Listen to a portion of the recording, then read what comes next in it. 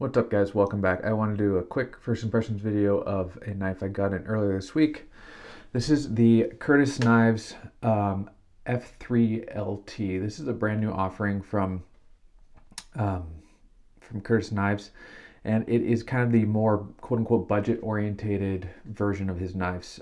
Curtis has been around forever and has been a designer forever. I have an old school Boker knife that he designed and made in production. He's been making custom knives for a long time.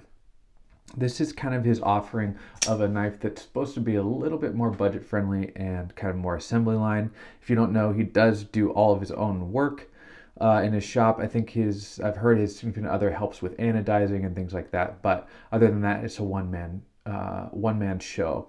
This knife is pretty interesting for a few reasons, and there's some really good stuff and some kind of bad stuff with it, in my opinion, so I wanted to talk about those. But before we get into those things, let's do a quick size comparison.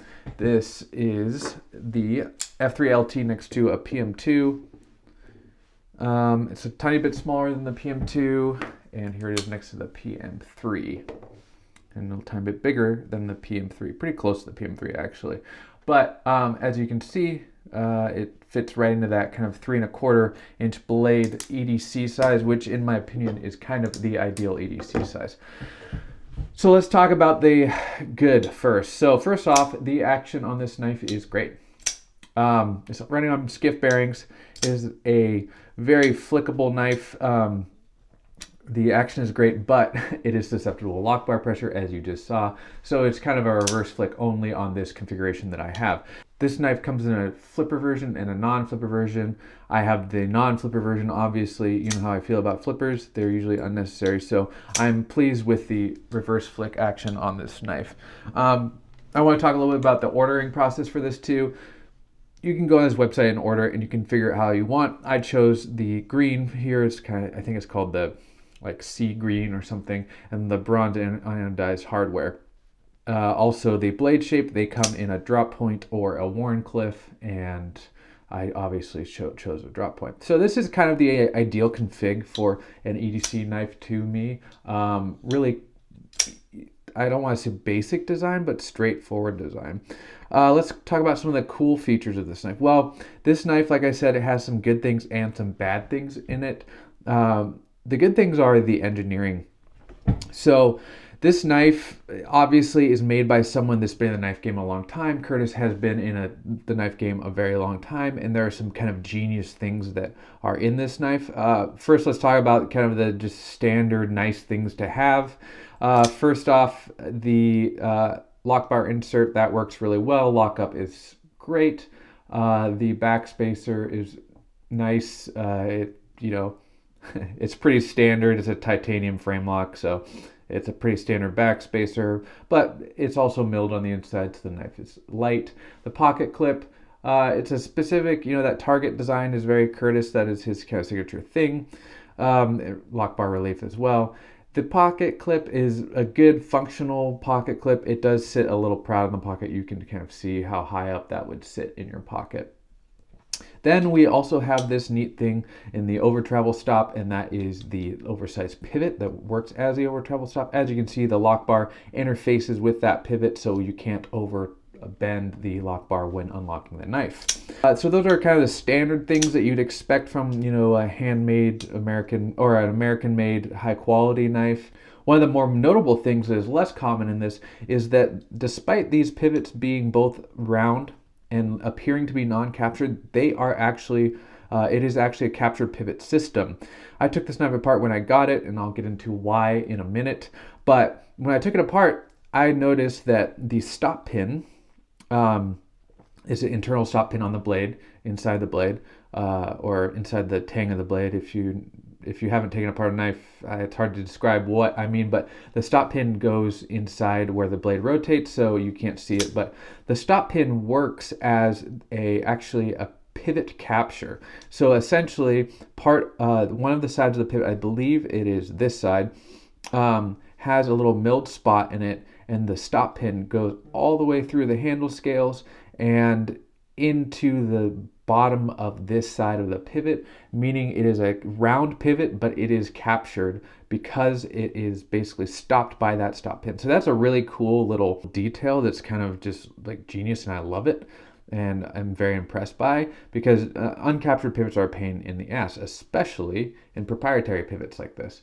I know this doesn't look proprietary, but he does sell a pivot tool, and it makes it much easier to take apart. The other thing that is really notable and interesting in the construction of this knife is that the backspacer isn't just a backspacer. It also has basically these inserts for the screws. So when you are putting the knife back together, it snaps into place very nicely, so it makes it easy to put back together. So those are two things that are obvious experienced knife maker things that I absolutely love about this knife, and that I think Curtis put a lot of thought into and did really well. Another really positive thing I would say is the stonewash finish, or the blasted finish on the blade, looks excellent. The grind is solid. It came quite sharp. It's an S45VN. I didn't mention that before.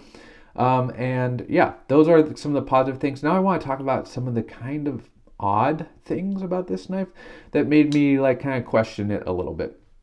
First off, I mentioned some of the internals, and usually I do take apart my knives. I'm not afraid of doing that, but not usually right when I get them. When I got this knife, it was extremely gritty. There was a bunch of material on the blade under the bearings, so when opening it, it was very much like, you know. So I immediately took it apart. One of the problems with that is that this is a proprietary pivot. I do not have the proprietary pivot tool. There is an option for this kind of flathead. You know, you can use a large flathead screwdriver and put some tape on it and open it that way. But if you can see closely, despite taking caution while doing that by wrapping the head of the screwdriver, I did end up taking off a little bit of the ano on the pivot. That's a little bit frustrating to me. The other thing that I noticed that feels like kind of a faux pas with this level of knife is that the pivot hardware, or the standoff or the spotty screws, they're all extremely small torques, T6, and they're not super high quality. So it was a little bit scary to take it apart because I was scared I was going to strip them. I am very responsible. I use the right size tools, right, for things, and I've got good tools. But having those tiny pieces of hardware makes taking apart a knife really difficult. And, you know, I wouldn't complain as much about that if the knife had come, you know, perfectly tuned from the factory. But the fact that it was really gritty and I had to take it apart as soon as I got it, you know, that just feels kind of like you should have included a pivot tool, or you should have bigger hardware. So both those things were kind of for me with this knife when I got it. Another thing that I have noticed about this knife that feels not super thought out, like there's a missed detail, is the jimping on top of the blade. It's functional, it feels fine, but the cuts are very deep. It doesn't feel thought out. It feels like it took 5 minutes to do, if that makes sense. It feels like they took a blade and went ramp, ramp, ramp, ramp, ramp. And it just makes it feel a little bit unfinished, and I don't know how to describe it. I'd like to see some maybe shallower cuts that have some rounding. They could be just as grippy. It feels like an afterthought.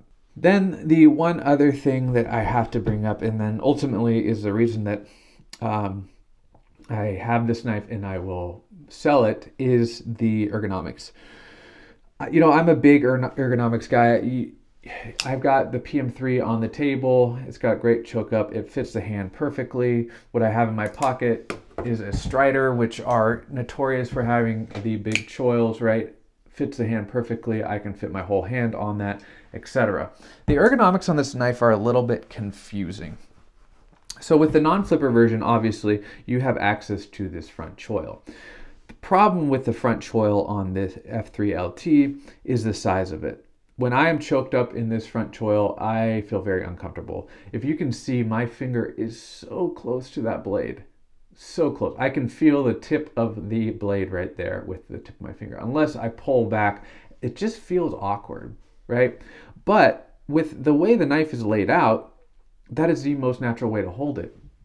because holding it behind the pivot area, your hand sits in a way that is awkward. Um, it feels like your hand shouldn't be sitting this way. It doesn't feel like it's made to be sitting this way because of the location of this swedge here for the lock bar access. That sticks right into the middle of my middle finger, and then these kind of are an afterthought. I don't have a secure hold on it, and the way the blade is angled feels kind of like I'm not holding it properly.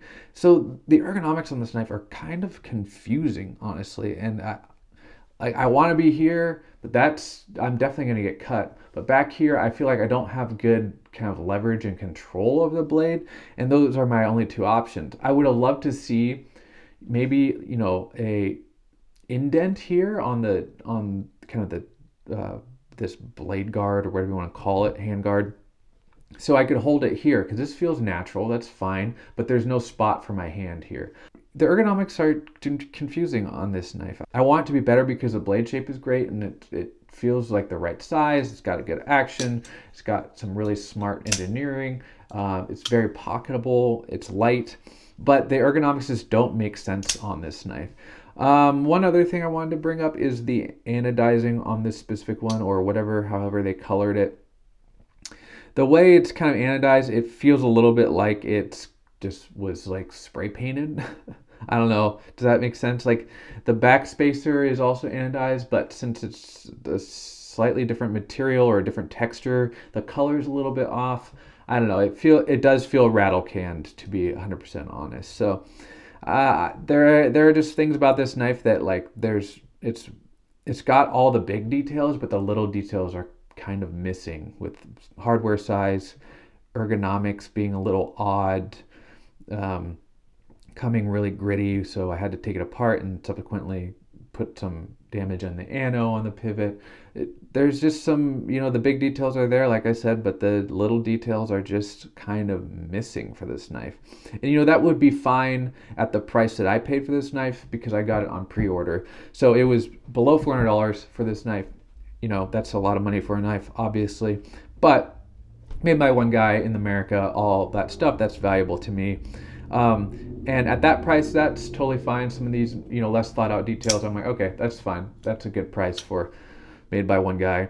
But now after pre-order, it's $100 more. So it's closer to $500, which is a lot for a knife that is missing some really important details. He could have a really, widely loved knife here if he fixed a couple of these kind of devil in the details type things, because all the big things are already there.